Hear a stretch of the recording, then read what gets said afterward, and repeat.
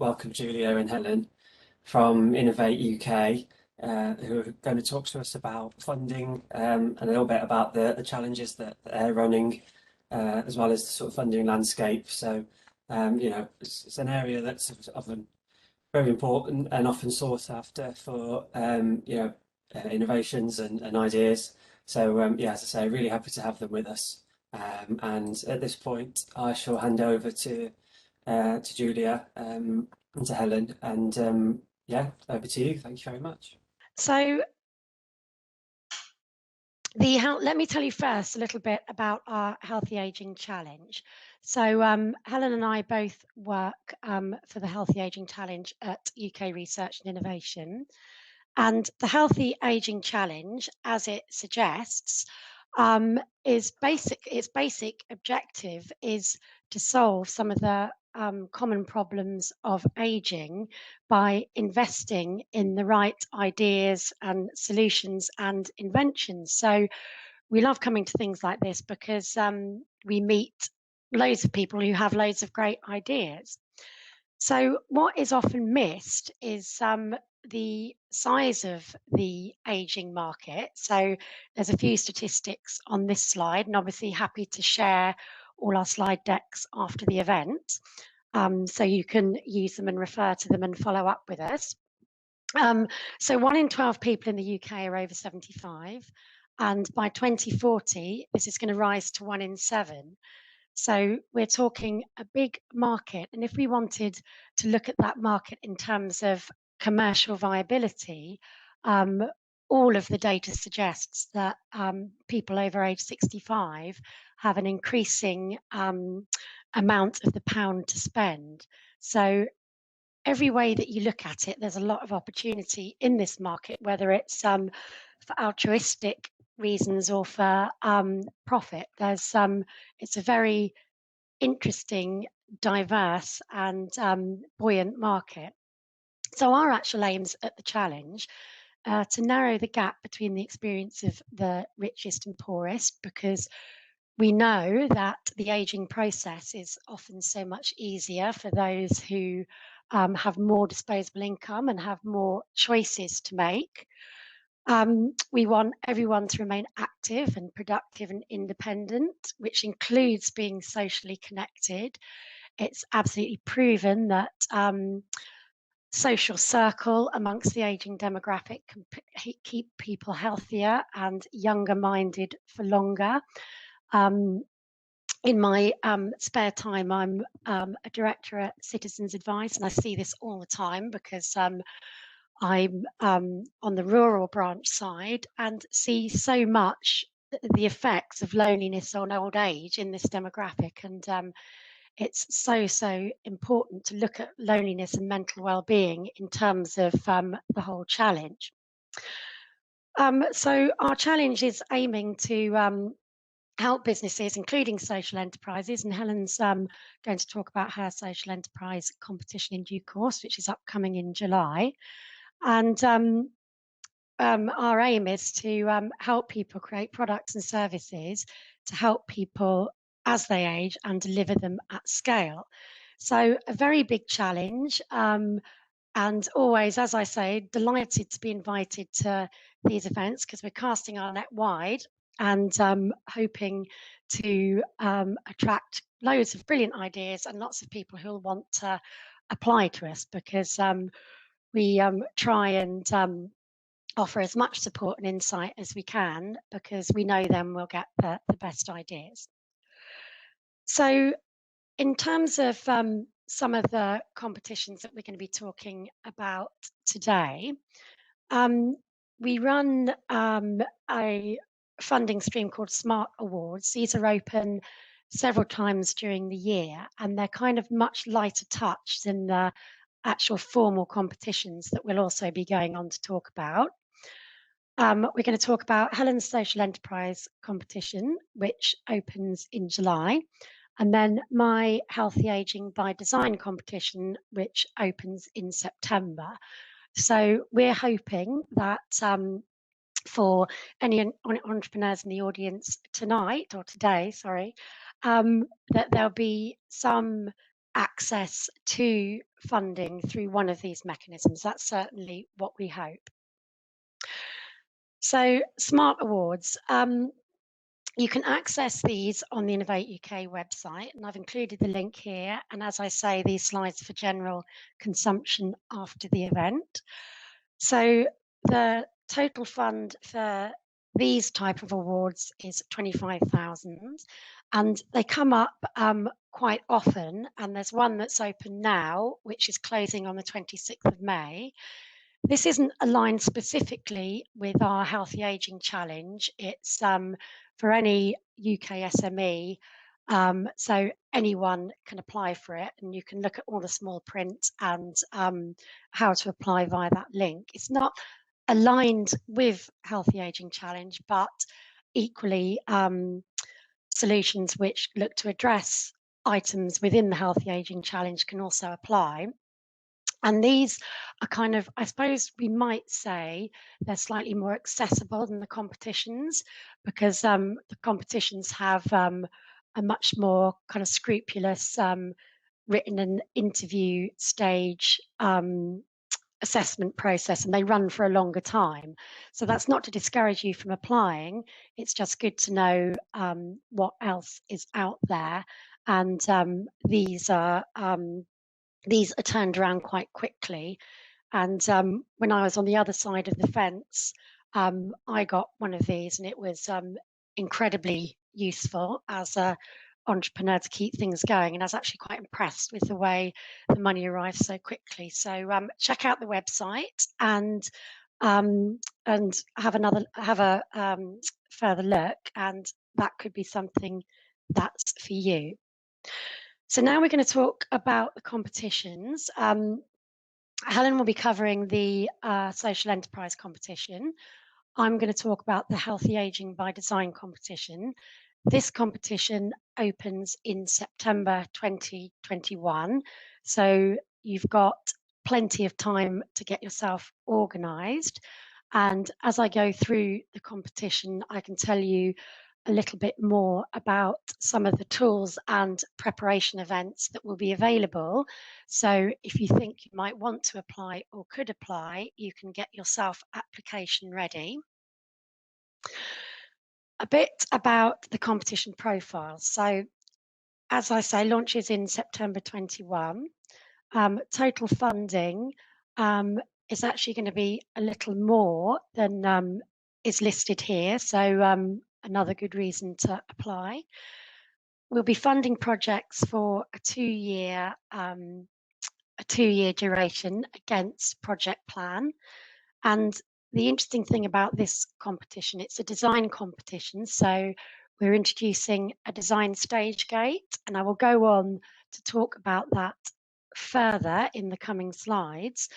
But the idea is that it's a mechanism to shepherd entrepreneurs down a good design discipline, because we know that the better things are designed and the more rigor that's given to the co-creation process in the design process, and looking very closely at human-centered design in terms of really working closely with your customer and market to shape your end offering, we know that that means that you'll have a better chance of longevity in the market by the end of the competition, at the point of the end of the competition. So the idea is that we apply extra design scrutiny to help your offering be more sustainable in the long run. So there's many reasons to apply for this competition beyond just the money, I would say. So the awards for this competition are, I would say, at a pretty grand scale. I don't remember competitions having awards this generous in my time, but total eligible costs $500,000 to $2 million. So, you know, this is a real game changer, life changer for the right organisation. It really is, you know, it's a very generous piece of funding. So, as usual, we are looking for organisations who have been able to demonstrate that they've acquired new knowledge via R&D to add an extra piece of utility to a service or a process or product. So it leads to an improvement in terms of the application of that service or product. And that's a stipulation that we always make, because we're obviously looking to invest in solutions that have greater value than solutions that have come before them. So all sizes of organisation can apply. You have to be a UK-based company, but that doesn't obviously rule out collaboration. So if you are a university partner, you could partner with a business, and Helen will also go on to talk a bit more about investor partnerships that we offer. So we like collaboration because we know that via collaboration we bring out something bigger than the individual elements that were put in. So in terms of grant funding, the way it works is that it's inversely correlated with the size of the organisation, which we obviously think is fair. So up to 70% if you're a micro or small organisation, because you probably need the money much more. And I know from bitter experience that that is true. And then 50% if you're a large organisation. So we try to be really fair about how we award the project costs, because we want to bring the greatest benefit and the greatest leverage by proportioning the funding in that way. So a bit more about the scope in terms of should you apply. So the scope we're looking at, common concerns of ageing, those include all the things on this slide, and well-being is a really important aspect of this, going back to my point about it, the correlation between longer life and better quality of life is proven and so important. So we've explicitly stated well-being on the scope. Physical activity for over 50s. So this idea of positive health externalities in terms of people being weller, healthier, fitter, so less reliance on NHS and adult social care in later life. Innovative models of care for independent living. So how do we healthily age in place? How can we stay at home for longer? We obviously also know the direct relation between being taken out of your own home and put into care. We know the detrimental effect that has. So another very important theme, innovative models of care for independent living. And then population health and primary care. So quite a broad scope, which is great, because we hope then that we'll be able to draw a wide variety of applicants. So applicant profile, as I say, business-led. So typically that's a UK limited company. We're looking at service innovation. Obviously, with service innovation, that can also be designed around a product, so you can servitize a product. So that's another thing to think about. Solutions must address inequalities in healthy aging, and I believe also that's strongly about your plan for how you disseminate your offering in the marketplace. So if you are able to come up with something that could be commissioned, say, by a local authority or via an NHS prescription model, then you are bang on in terms of addressing inequalities in healthy aging. So I think that's an important consideration to have in mind. And on our side, we're kind of trying to do more in terms of the support mechanisms that we have to help introduce entrepreneurs to those themes in terms of brokering their service or product. And the other thing that for this competition is very, very important is that when you apply, you have to have something. So you can't just come along with an idea, you have to have a defined product or service. It could be that you need to do further prototyping, further co-creation, you need further feedback from the user community you're working with to shape the product, but you can't come with an idea. You have to come with a defined product or service so that we can put you through the design stage gate and you get the benefit of the design stage gate. Because if you come with an idea, we're talking about a whole kind of bottom up cycle, whereas we want a product or service that we can help you make really, really robust via the design stage gate. So the assessment I spoke about a bit before, large amounts of money. So your assessment will be subject to formal interview panel and written assessment, and that's the right thing to do. That's pretty standard. So in terms of timelines, this is how the competition is looking. So if you're interested in applying or wanting to know more, we are running a couple of events. The main competition event, we call it a sandpit. It's a pre-competition workshop, is on the 1st of July, and that will be an online event, and we'll be publishing details about that in due course. So the idea of this workshop is that you come along if you think you'd like to apply, and we give you some tools and encourage you to do a bit of navel gazing in terms of your product or service that you want to apply with, and encourage you to really think about the design aspect and the commercial viability of your design as you prepare for the application process. So the sandpit is kind of, as well as a knowledge sharing exercise, in that we will present the competition and all of the different parts of it. It's also in that workshop, we'll be able to give you some support tools to help you apply and help you start thinking about how you're going to pass the design stage gate 6 months in.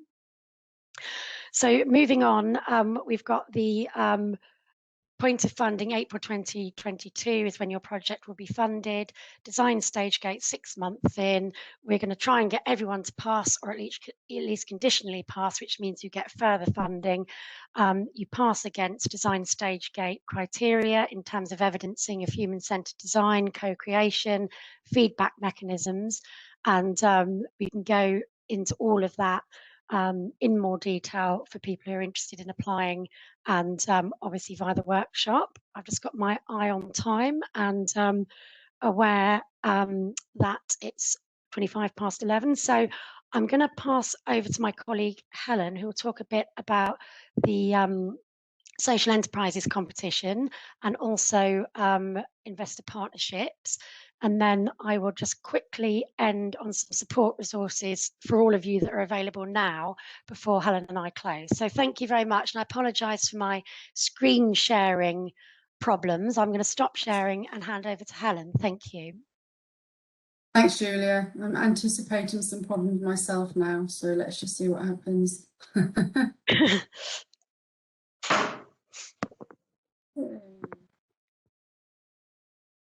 It says it's sharing. Can you see it? Yeah, we can see. Yes, Helen. Thank you. Excellent. So yes, thanks very much, Julia. That was really, really interesting. Even though I know some of it, I actually don't know all of it. So that was great. Thank you. So I'm actually going to talk a little bit more about investor partnerships than the social enterprise competition, but I will give more detail about the social enterprise competition to people who are interested in finding out more. So I run the Investor Partnerships programme for the Healthy Ageing Challenge, and it's where we work with investors to co-fund, co-invest businesses who are working in the healthy ageing sector. So we have quite a broad scope, which Julia's touched on. And that scope is, ranges from the built environment, sustaining physical activity, cognitive impairment. So actually our umbrella is really, really wide.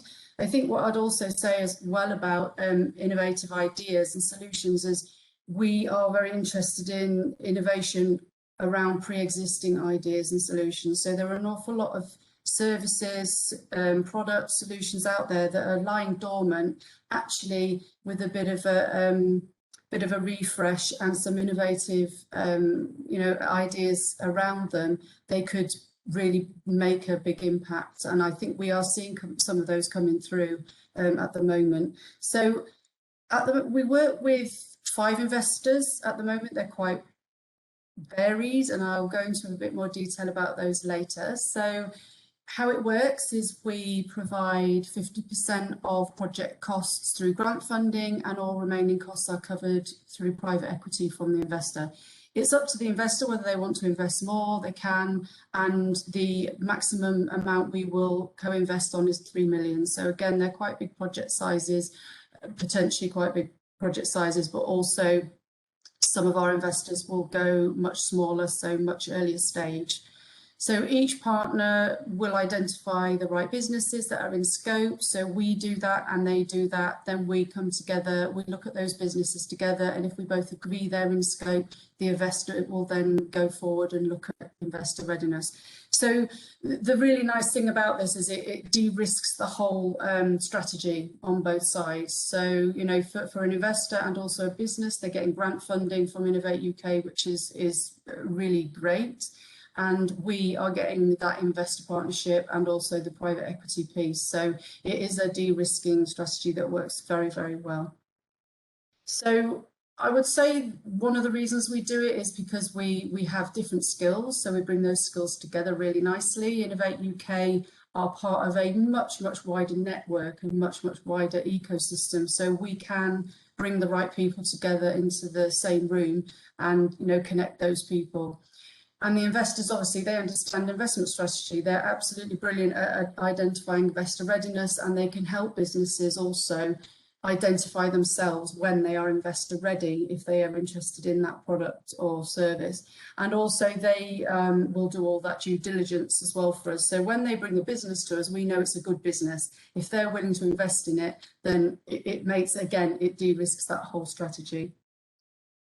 So we have North Star, Legal & General, Barclays, 24 Haymarket and Nesta on board at the moment. They're all very, very different. So Legal & General look at big ticket sizes. They go up to 3 million. North Star are lower ticket sizes. So they will consider businesses 500,000 upwards. But North Star are very, very social impact orientated. So again, if a business is really interesting for them, they would go lower if it's early stage and they think it warrants investment.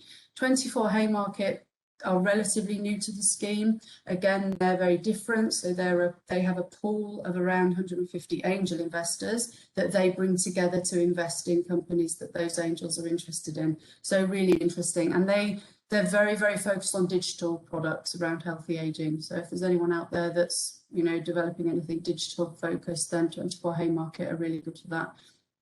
And then we have Nesta, which I assume a lot of you have heard of Nesta. So again, they are socially impact orientated. In fact, their social impact focus is probably higher than their commercial return focus. Whereas I would say with Legal & General, although social impact's part of what they do, they're a little bit more interested in commercial return. And it was really interesting just to hear James talking about IP and, how important that is. Some of our investors really don't care about IP, but then some do. So some, like Legal & General, are really interested in IP and what you have around that and what you have in place around that and how protected it actually is. And I think that sort of, leads me to make the point, if you're looking for funding from investors, from commercial investors, you really do have to understand your investor, because they're not all the same and they don't operate in the same way, and it's highly competitive. So again, something that Julia mentioned, you really have to understand your market very well when you come to an investor, because if an investor sees you haven't done that, then actually they aren't going to be that interested. So there's lots of things you have to think about, and James, he touched on quite a few of those. Really interesting to hear him speak, actually. So we have 3 projects recently announced, and they're all supported by North Star. And interestingly, North Star only fund businesses that have a footprint in the northeast of England. So this again goes to the Levelling Up agenda. It goes to narrowing the social inequalities that are really prevalent in some areas and not others. And they are actually the investors that have done the best over the past year throughout COVID. So it's been a really interesting journey over the past year. So the 3 projects we have are working in social care, so a digital social care platform, managing cognitive impairment, using VR and AR environments and rooms, and also there's another really clever solution to measure tremor in Parkinson's and again cognitive impairment. So just to give you a flavour of how very different those 3 projects are, and that again points to how wide our scope is. So we've got another 4 projects in project setup, working across those 7 themes, and those projects are being funded between 475,000 to 3 million. So, I mean, the future for us is carry on what we're doing. It's working really well. We're looking for new partners to work with, not necessarily commercial investors, maybe a little bit more impact orientated. So we're very interested in working with and engaging with the third sector a little bit more. But our whole remit is to accelerate investment into healthy aging and also make other investors aware that it's not that risky to invest in healthy aging products. It's actually a good thing to invest in. So some of them are very nervous about healthy aging. So I'll just finish with a really brief overview of the competition that will open in July. So this competition is a small business research initiative. So it's 100% grant funding to successful businesses. So those businesses will be looking for funding between 25,000 and 150,000. So this is aimed at small social enterprises who are really struggling to get across what we call the valley of death. You know, you've raised some money, you need to raise more to go on to the next level, and you just can't get that. You can't get that funding. So we're hoping to really answer some of those needs of smaller businesses. It's totally focused on social enterprise. If you're not a social enterprise, you would not be eligible to apply. And we are looking for social enterprises who have ambition to scale, but also have a customer in place. So they must come with a customer in place, similar to what Julia was saying about having a solution ready and obviously a customer ready. Most social enterprises have a customer. That tends to be the thing they have first, which is an interesting thing. So that will open in July, and I have my email on this slide, which we'll make available to everybody. So please feel free to use that email to contact me either about the SBRI competition, or if you want to talk to some of the investors, or if you just want to find out more about what we're doing, please do reach out. Thank you.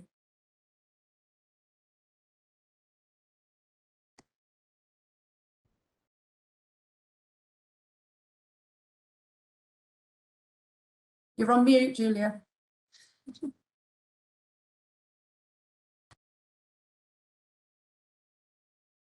There we go. Sorry, everyone. Normally my handset controls that, and it doesn't work on this.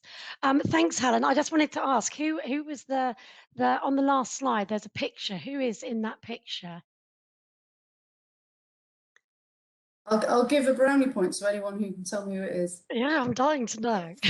Famous northern actor was in The Hobbit. Oh. Sean Bean or yeah. Oh gosh, I didn't recognise him. Okay. Right. Okay. So I'm just going to share this last slide on some support services that we would like to let you know about.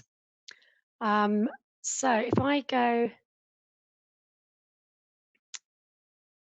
back to here, so basically something that I think is before my time, because I'm quite new to Innovate UK. I've only been here a couple of months, but something that I'm really impressed with is this support service that we offer. And it's fantastic because anybody can join. It's kind of like an open innovation support platform. And so all of you guys can actually join this now. And it's basically our Healthy Aging Challenge community of practice. So the idea is that it supports people who are actively entering our competitions to help with various toolkits which will make them more successful in entering those competitions, or it can just help anyone. It's a lot of what we offer is open source through this, which means that if you want information on IP, going back to James's presentation, or if you want to talk to someone else in your market who maybe is a bit further on than you can come to this community of practice and pick up all of these resources. And this slide, these links are live, so you can actually sign up via this slide. And there's a really big resource library. So in terms of the point that both Helen and I made about viable market and commercial feasibility, there's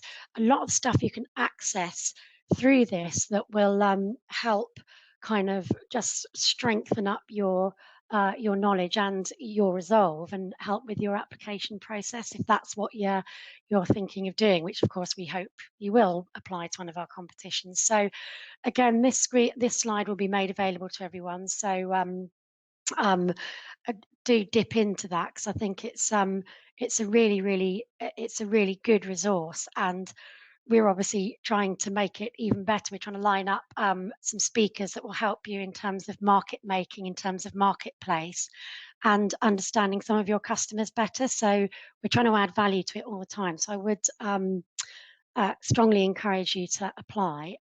So that is it from us. And as Helen said, the slides with our email addresses and everything else will be available to you all. And we really want you to contact us. And we were really excited about talking to you today. So thank you for having us. And any questions, Helen and I will gladly try and answer.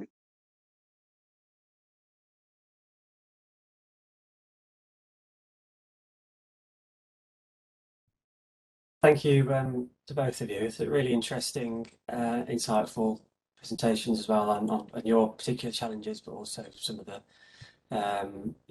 work that you're doing and ways that people can get involved, to find out more about funding. So with as well as with the slides, will there be the information? Is that published on online on the UKRI website, or is there anywhere people can go to find out more online? Well, the Smart Awards are. My competition isn't online yet. Helen, do you want to add anything on? And this is yours online yet? Yeah, I mean, all of the investor partnership stuff is online and available on our web page, and also the SBRI, the Social Enterprise Competition, isn't yet live, so that won't be on there. But the slides do have links for you to actively follow up Smart Awards or direct contact with either Helen or myself or the community of practice. So we're wanting you to do that. We'd like to hear from some of you for sure. Brilliant, thank you. I don't know if there's any other questions from anyone on those challenges or anything, any other sort of Innovate UK related.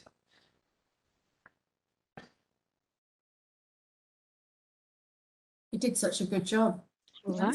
Yeah, obviously, yes, yeah. That's a good sign. Okay, I think if there's no further questions, then I guess we'll move on.